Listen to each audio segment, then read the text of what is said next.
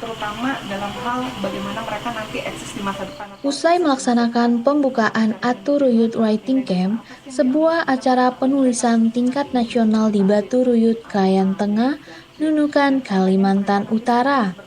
Para mentor dan juga peserta memaparkan beberapa rencana yang akan mereka eksplor di Pusat Literasi Batu Ruyut di Femilau, Krayan Tengah, Nunukan, Kalimantan Utara. Normal sekarang sedikit. Jadi yang kelewat tadi itu kalau mohon dibantu nanti di samping yang wajib yaitu memberikan motivasi dan inspirasi, juga membawa teman-teman bisa menulis puisi. Kalau bisa didukung misalnya nanti saya ingin menulis puisi khusus tentang Krayan ini. Jadi puisi satu buku, mungkin isinya Krayan kita di forum ini, Batu Ruyut ini 30 atau 40 puisi, syukur bisa ditambah kalau ada yang masuk nanti teman-teman yang peserta juga nulis di buku itu. Dan untuk itu Prof Masri, Ya mungkin berbeda ya, kalau yang lain tulisan, terus foto, kalau saya gerak dan lagu. Sebelum kesini saya mendengarkan lagunya Pak Elias Yasa itu pakai seruling itu dan lagu Tanah Airku. Saya udah download dan begitu denger langsung tadi berbeda banget ya, benar-benar dengan suara alam. Ini juga saya udah downloadin. Kebetulan karena sudah dipermudah dengan adanya tema menjelajahi misteri perbatasan, sehingga hal-hal yang misterius yang mau saya ungkap di sini, itulah yang mau saya tuliskan dalam sebuah buku-buku barangkali nanti yang sudah saya siapkan, dan saya sebenarnya sudah mulai dikumpulkan, tapi karena saya keterbatasan akses di internet sehingga tidak bisa continue di Facebook ya, tapi saya meneruskannya di dalam bentuk catatan yang saya siapkan day to day, Pak. Bersaing dalam ini. Jadi buku yang saya siapkan judulnya Belajar Kebangsaan dari Manusia Perbatasan. Sosok yang mengungkap itu pertama kali ya Pak Jansen, karena pertama kali saya jujur aja ketika lulus dari SMA yang katanya SMA nasionalis, saya belum menemukan sosok seorang pemimpin, birokrat, kemudian politisi yang punya wawasan kebangsaannya itu sesuai dengan yang saya harapkan, yang saya mau tuh seperti ini gitu. Dan itu saya baru ketemu dengan Pak Jansen. Saya sudah sampaikan ini ke Pak Jansen sebelumnya. Nah, semakin menjadi keyakinan saya itu ketika saya berkunjung ke Malinau, berbicara dengan cerita-cerita di Krayan, di Sebatik dan lain-lain. Ternyata kita Ya, orang-orang Jawa ini satu cengeng, dua gampang-gampang sedikit-sedikit curhat, ngeluh dan lain-lain. Ada kubangan jalan dikit aja langsung belak cau di situ, nanam pisang, nanam ini sebagai bentuk protes gitu. Sementara di sini saudara-saudara kita itu sehari-hari begitu gitu. Nah, bayangkan kalau kita orang Jawa ditawari misalnya sesuatu dengan yang ini seperti saudara kita yang di Malaysia, saya nggak yakin sebagian dari kita bisa bertahan sebagai orang Indonesia. Tapi saudara-saudara dari perbatasan itu sudah sekian lama dengan kondisi yang luar biasa, dalam kondisi terabaikan, masih tetap NKRI. Buat saya itu luar biasa. Bapak-bapak dan warga di sini sudah bertungkus lumus, bersusah payah, berkeringat-keringat, mempersiapkan acara sampai tanggal 3 nanti. Dan bapak-bapak disertai harapan yang menurut saya, kenapa harus saya? Kenapa harus dari saya? Yang terjadi malam ini menurut saya, izinkan berpendapat, kami banyak belajar dari bapak-bapak. Kami banyak menyerap. Yang kami dapatkan sejak pembicaraan di meja bundar di Hotel Grand Hyatt itu, sampai malam ini khususnya buat saya belajar. Saya mendapatkan banyak hal. Saya beruntung mengenal Pak Jansen, Pak Dodi, Pak Pepi, dan malam ini dengan bapak-bapak. Masa kosong, nol, dan sejak itu sampai hari ini saya dikayakan, berdayakan diri saya, memberdayakan. Saya berusaha mengangkat diri saya setinggi-tinggi untuk selevel dengan bapak-bapak di bidang literasi, di bidang pengetahuan tentang alam, tentang budaya, khususnya Dayak. Dayak sebelum pertemuan ini di mata saya adalah seperti cerita-cerita yang saya dengar dari banyak orang, kengeriannya, kekejamannya, keseramannya, mungkin juga kebodohannya, keterbelakangannya. Ternyata bukan begitu malam ini yang saya dapatkan. Membuat titik balik pemahaman saya tentang suku Dayak, 360 derajat. Dan kesempatan yang luar biasa bagi saya, tetapi mengenai Dayak khususnya, karena istri saya orang Dayak, saya juga mulai menjadi Dayak gitulah istilahnya. Dan selama saya pergi ke Kalimantan, ke tempat istri saya mulai mendokumentasikan beberapa hal yang mungkin sederhana gitu. Tetapi kemudian saya tulis juga di beberapa di tepi raya ya gitu. Jadi untuk kesini saya memaknainya itu seperti Pak Jansen dengan tim itu mengajak saya untuk sebetulnya melihat lebih dekat. Dan mungkin buat orang sini adalah biasa.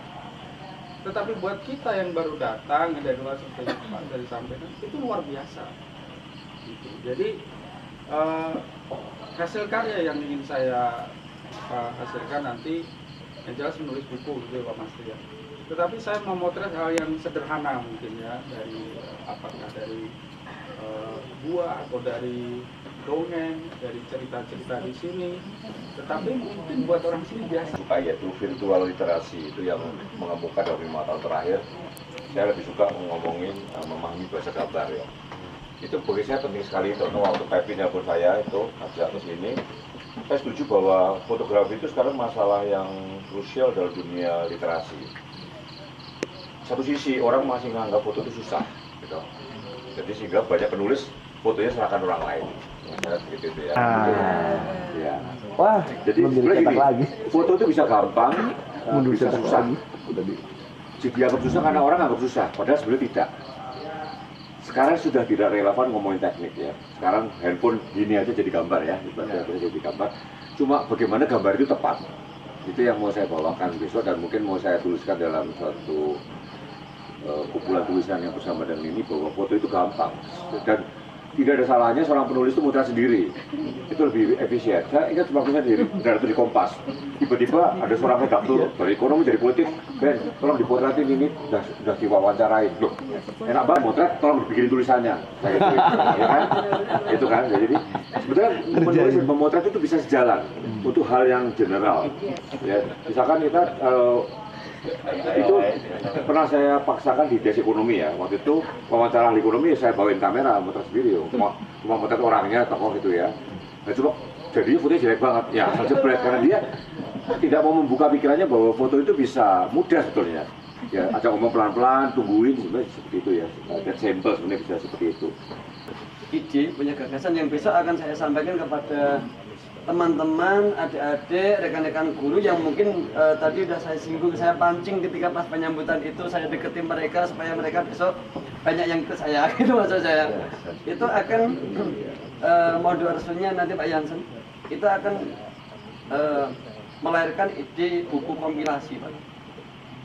Kompilasi yang nanti akan saya arahkan untuk menggali potensi yang ada di sini, sekaligus nanti mungkin memotivasi mereka berdasarkan dari apa yang dulu pernah saya alami. Karena memang ini butuh kekuatan mental yang hebat. Jadi sebelumnya seperti ini tuh saya dulu sempat perang dulu Pak dengan pimpinan saya waktu itu. Ada satu peperangan batin yang luar biasa karena saya ingin berbakti kepada orang tua, tetapi dari sisi status saya PNS yang harus perang seperti itu. Nah, akhirnya ternyata Tuhan berkehendak lain, artinya atas kekuatan mental itu penulis buku terbaik. Nah, dari sini karena saya dari kampung dan ini juga di kampung itu Mas Yawa. Nah, sehingga tadi saya sempat menyinggung begitu melihat aksi anak-anak 5 anak tarian yang bagi saya amazing. Sangat bagus. Amazing. Bagus banget. Ini kalau dibawa ke festival lomba seni dan sains nasional, saya yakin. Cuma mungkin ini loh, untuk mungkin rekan-rekan guru mungkin ya, bagaimana caranya lah besok yang akan saya singgung ke sana. Sehingga dari sini nanti potensi lokal seperti ini harus diangkat, kemudian gurunya yang bimbing juga mungkin. Baik. Jadi pesan dari Pak YTP juga, mohon inspirasinya juga disebarkan. Semangat, motivasi, inspirasi, gitu ya. Oke, berikutnya Pak Ari. Piknik. Jadi dunia saya lebih banyak dunia ide, dunia imajinasi. Maka tulisan-tulisan saya juga banyaknya misalnya mengomentari film begitu. Nah, perjalanan seperti ini jarang saya lakukan. Tapi ini sebuah kesempatan untuk saya sendiri mempraktekkan apa yang selama ini mungkin kalau saya bagikan. Kalau saya mengajar, saya membagikan sederhana, yaitu amati, renungkan, dan tuliskan. Nah, jadi selama seminggu ini, tadi juga artinya menguji apa metode itu. Saya sendiri bagaimana saya kecakapan saya mengamati, merenungkan, dan nanti menuliskan pertemuan-pertemuan saya dengan teman-teman.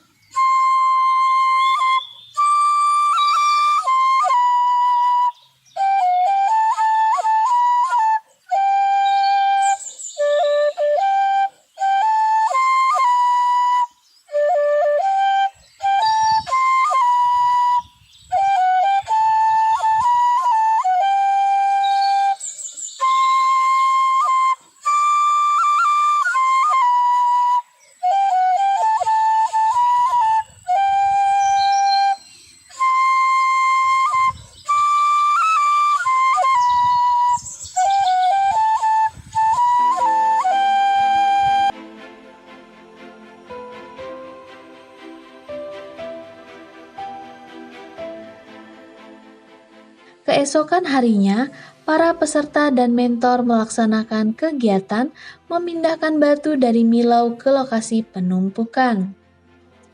Batu-batu yang telah diangkut tersebut mengandung filosofi yang sangat dalam, yaitu hidup yang menggambarkan kerjasama, tolong-menolong, saling memberi, dan berbagi. Setiap orang dapat memberi sumbangsi untuk suatu hal sekecil apapun sesuai dengan kemampuannya. Lumayan, tinggal buka ke atas. Kira-kira berapa nanti ngangkat batunya nih Pak? Kata Pak Jansen sejumlah umur. Batu Ruyut mengatakan, angkatlah sesuai dengan usiamu. Setengah dari usiamu. Jadi ingat itu, setengah dari usia. Setengah dari usia. Apanya? Setengah dari usia itulah batu yang diangkat. Oke. Selama 6 hari bolak-balik sini. Nuntut apa? Bagaimana nih Pak Arbain? Setengah dari usia nih Pak Arbain. Ya, usia saya baru 4 tahun.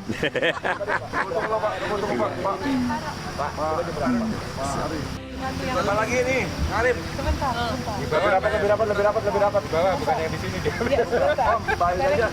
Iya, besar kan? Ada batik. Ya, jatuh dah. Yang ketiga udah geser. Balancing the stone. Padahal belum. Apa ini dulu? Ayo. Berat, Pak. Berat. Olahraga. Kita coba ya. Itu kan nggak boleh. Pakai power glue. Masih.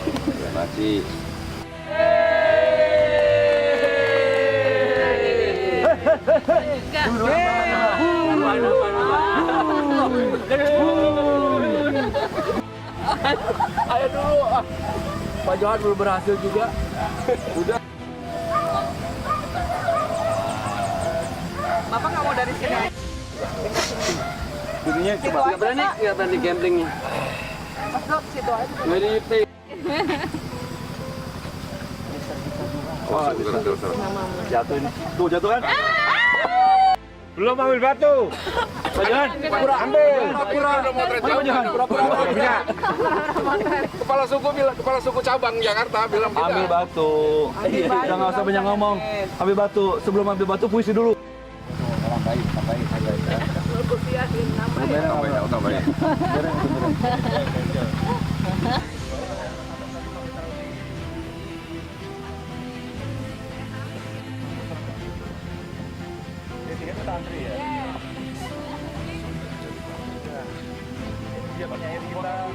Penyair kita 2 batu. Wah, batu ini ada jiwa. Jelas tidak ada tuh. Dia di atas jalan. Ini ngangkutnya berapa orang? Saya baru ngomong Bapak mendahului. Itu yang saya pikir kalau begitu kaki saya masuk ke sungai. Hubungan emosi. Suhunya Dodi itu yang di atas. Silaturahmi kita dengan semua penghuni alam di sini terjalin tuh Pak. Lakukanlah seperti ini. Tapi kita punya pikiran. Kita lakukan seperti yang saya maksudkan. Artinya nggak nyampai. Maksud dari Batu Ruyut ini bagaimana secara penuh energi kita ada di sini. Ya secara pribadi tentu kita tidak mau setengah, kita mau sempurna. Pertanyaan saya, merasakah Bapak sempurna dari bawah tadi? Tidak. Belum. Berarti kan harus ada upaya lagi mau meng-create energi positif. Karena itu mental itu kadang-kadang kita abaikan. Ya. Jadi yang seperti ngangkut batu-batu ini kan, ini bagi kami nggak ngangkut nih, nggak batu. Kalau yang batu itu yang begini. Gitu. Jadi energi positif itu betul-betul menggambarkan daya Bapak. Nah, kalau kita mau lihat presiden lain, begitulah model kita. Ini sarapan rohani hebat Pas, sarapan yang benar.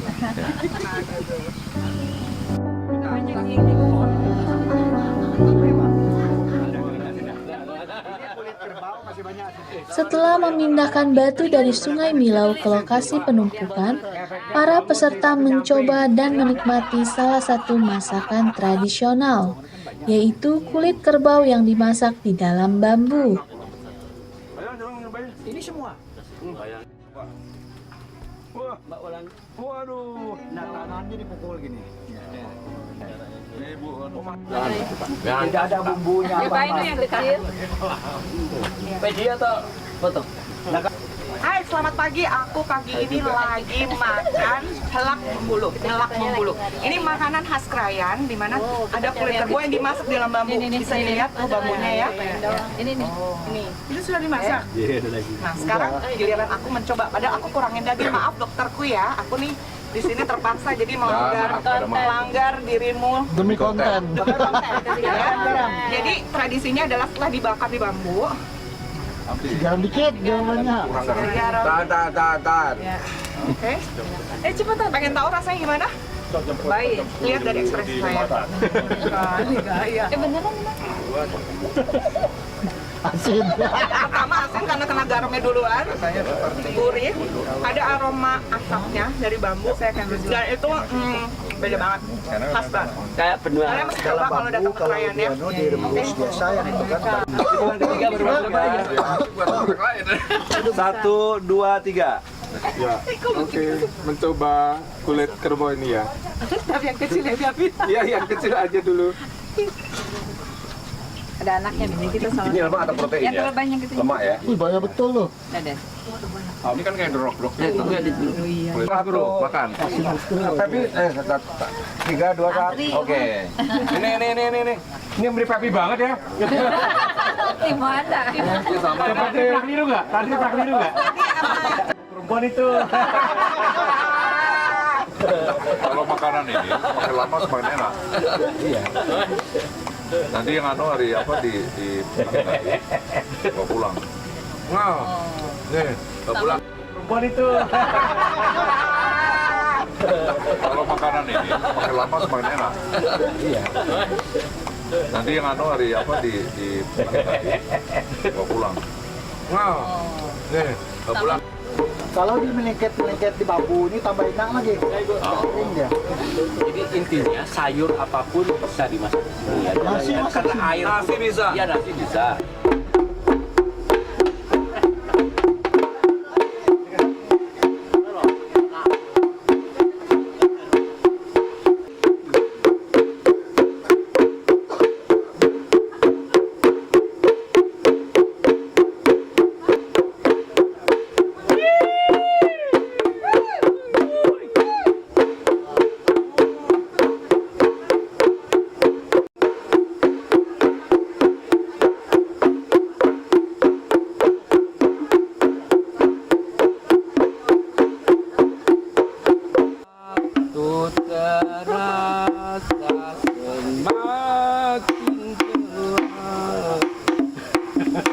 Itu lagunya terlalu lambat ya. Kita ingin merangkai Indonesia dalam bingkai negara yang maju, tidak hanya maju secara ekonomi, politik, dan hal lain sebagainya, tapi yang utama kita harus berjaya di bidang literasi.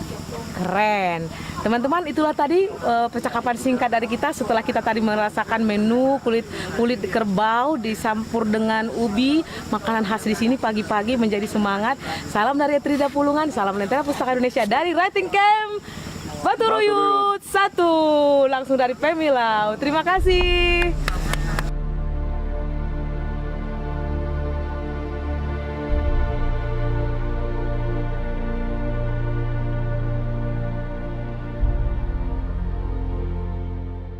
Di hari yang sama, peserta didik SMP Negeri 1 Krayan Tengah, Nunukan, Kalimantan Utara yang terlibat dalam acara Batu Ruyut Writing Camp kini diberi kesempatan untuk memilih mentor sesuai dengan keinginan mereka.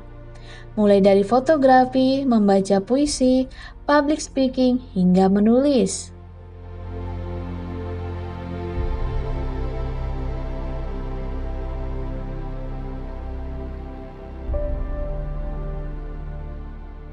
Itu gini.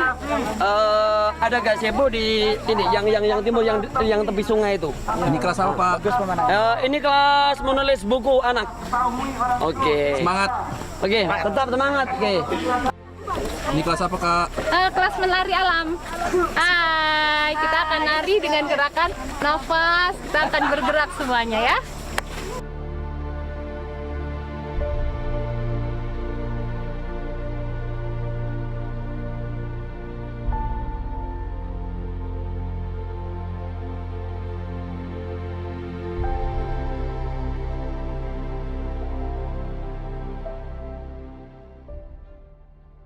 panitia sekolah. Bersama-sama teman-teman panitia yang lain menyampaikan rasa syukur kami kepada Tuhan atas terselenggaranya acara siang ini. Pentas seni ini diadakan untuk memperingati hari lahir sekolah kita. Kami mengajak Bapak, Ibu guru dan teman-teman semua bersama-sama menikmati musik, tari dan puisi yang akan disajikan oleh teman-teman kita di sini. Oke Fani, teman-temanmu ada di kiri dan kanan juga. Jangan kesini terus ya, matanya ya ada di kiri dan kanan. Terima kasih atas dukungan Bapak Ibu serta teman-teman semua.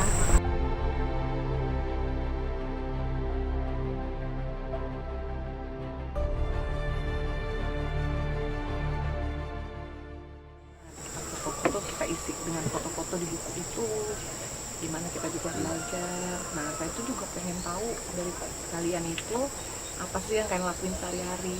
Ya, kita cerita aja kalian tuh dari pagi ngapain sih sampai malam. Terus kalian tuh pengen apa, mimpi terbesar kalian tuh mimpi terbesar jadi apa. Bener, karya kita itu nanti tulisan kita apa, tapi tulisan kita itu cerita tentang cita-cita mimpi kita nanti. Gampang kan? Dan kita kalau mau bisnis ya apa aja tuh yang mau bisnisin, jual sayur apa, kita akan ketemu orang banyak. Namanya bisnis itu idenya dulu nih, tadi mau jualan apa, oh iya, ayo siapa jago pijat, jaga kerbo itu jasa, jadi menawarkan tenaga kita, jasa kita gitu.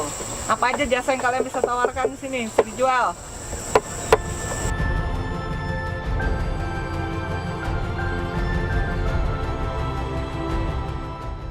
Harus sesuai itu tadi judulnya itu kan, jangan melenceng dari judul itu. Nanti kan kerangka berpikir kita nih makin berkembang. Apalagi kalau ada risetnya kan. Bab 1 ada lagi riset, misalnya poin A, kita kasih judul apa yang judul kecil itu. Gabung, Pak. Atau ada anak-anak SMA yang pandai ngelukis itu, masukkan dia lukisannya itu di buku Bapak tuh. Nah, itu bernilai, malahan kalau misalnya untuk pelajaran bahasa Indonesia, kearifan lokal, muatan lokal itu bisa dipelajari. Kerjasama dengan pemerintah daerah atau bupati.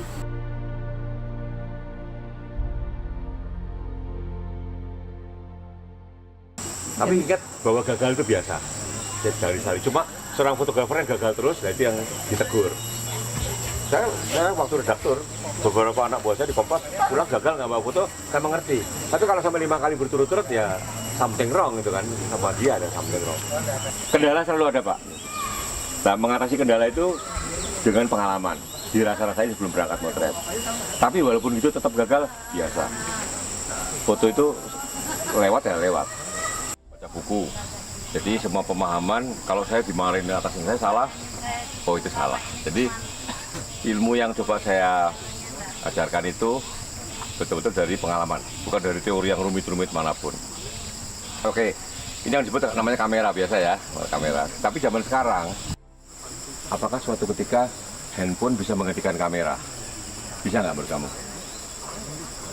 Pada beberapa hal bisa. Seperti kemarin saya dalam pesawat charteran kecil, kalau pakai kamera susah kan? Pakai handphone enak kan? Motret pilotnya ya. Itu bisa, tapi kalau motret sepak bola atau motret satelit jarak jauh, handphone nggak bisa. Jadi tetap ada fungsinya masing-masing. Seperti juga sepeda motor sama mobil.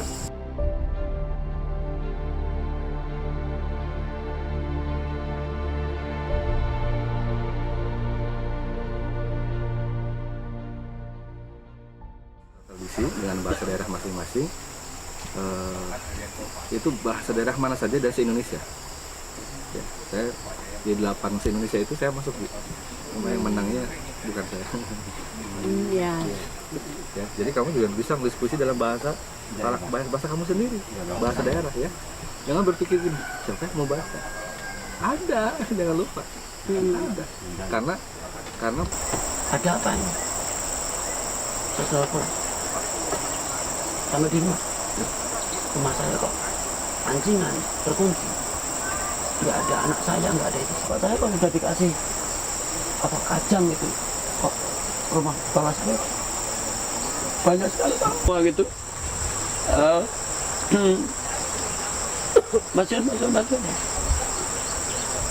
Masuk. Pas lihat saya tahu saya lihat di ruang ada tubuh terbujur ditutupi kain batik,